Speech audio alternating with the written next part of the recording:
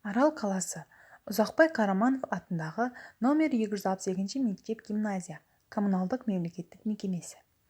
Бастауыш сынып мұғалімі Избасканова Ахмира Анапияевна. Математика пәні 3 сынып. Сабақтың тақырыбы: көбейту және бөлу амалдарын орындау кезіндегі нөлдің қасиеті. Санды нөлге бөлуге болмайтындығы. Оқу мақсаты: көбейту және бөлуді орындаудағы бір сандарының қасиеттерін қолдану. Санды нөл санына бөлуге болмайтынын білу. Енді балалар нөл санына көбейтуді үйренейік.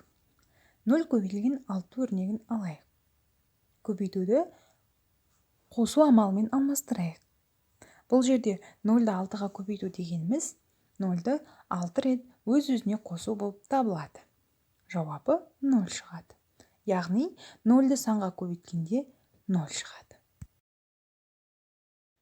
Енді 0 бөлінген 5 өрнегінің мәнін табайық. Қандай ұсыныстарыңыз бар? 0 бөлінген 5 тең 0. 0 бөлінген 5 тең 5. Қайсы өрнектің жауабы дұрыс деп ойлайсыздар? Бөлуді қалай тексереміз? Қандай амалмен байланысты? Әрине, көбейтумен. 0 бөлінген 5. 5-ке көбейткенде 0 шығатын санды табу керек. Бұны теңдеу түрінде алайық. X көбейтілген 5 тең 0. Бұл сан 0. Яғни 0 бөлінген 5 тең 0. Бұнан қандай ереже шығады? 0-ді санға бөлсек 0 шығады. 0 бөлінген А 0-ге тең. Ендігі кезекте тапсырмаға назар аударсақ. Бірінші тапсырма: есепте және қорытынды жаса. 0 көбейтілген 5, 0 көбейтілген 3. 0 мен 5-тің көбейтіндісі бірдей санның қосындысы ретінде аламыз. 0-ді 5 рет қосамыз. 0 мен 3-тің көбейтіндісін де дәл осы әдіспен есептейміз. Енді өздеріңіз шығарып көріңіздер.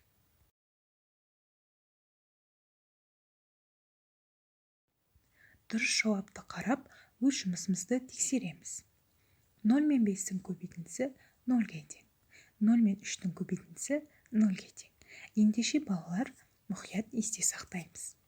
Егер көбейткіштердің бірі 0-ге тең болса, онда көбейтіндінің де мәні 0-ге тең болады.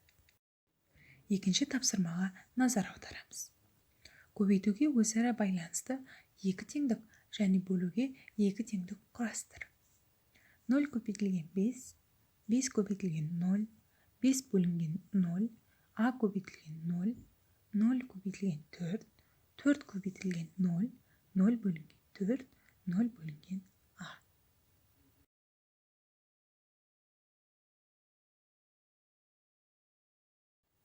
Тапсырманы жақсы орындадыңыздар деп ойлаймын.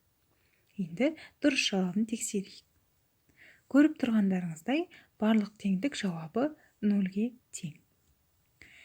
0 бөлінген А тең 0. Өйткені А көбейтілген 0, 0-ге тең. Егер 0-ді санға бөлсе, онда 0 шығады. Және де балалар, мұқият есте сақтаймыз. Санды 0-ге бөлуге болмайды. Ендігі кезекте 3-ші тапсырмаға назар аударайық. Өрнекті оқы және есепте. 32 бөлінген 8 қосылған 6 көбейтілген 0.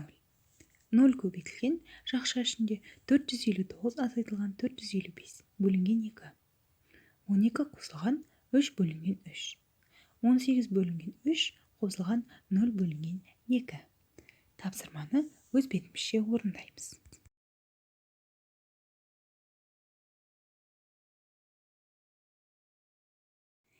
Тапсырманы есептеп болған болсаңыздар, тексерейік. 32 бөлінген 8 қосылған 6 көбейтілген 0, 4-ге тең. 0 көбейтілген жақша ішінде 459 азайтылған 455 бөлінген 2, 0-ге тең. 12 қосылған 0 бөлінген 3, 0-ге тең. 18 бөлінген 3 қосылған 0 бөлінген 2, 6-ға тең. Келесі кезекте үй тапсырмасын алайық. Күнделікті енді ашайық үй тапсырмасын жазайық. Бүгінгі алған білімді ұмытпай есте сақтайық. Қима қағаздағы өрнектерді пайдаланып, тура теңдік және теңсіздік құр. 1 көбейтілген 5, 0 бөлінген 5, 3 бөлінген 3, 1 көбейтілген 3, 8 көбейтілген 0, 0 көбейтілген 6, 9 бөлінген 9, 3 көбейтілген 1. Бүгінгі сабақта балалар көбейту мен бөлу амалдарын орындау кезіндегі 0 санының қасиетін қолдандық және үйрендік.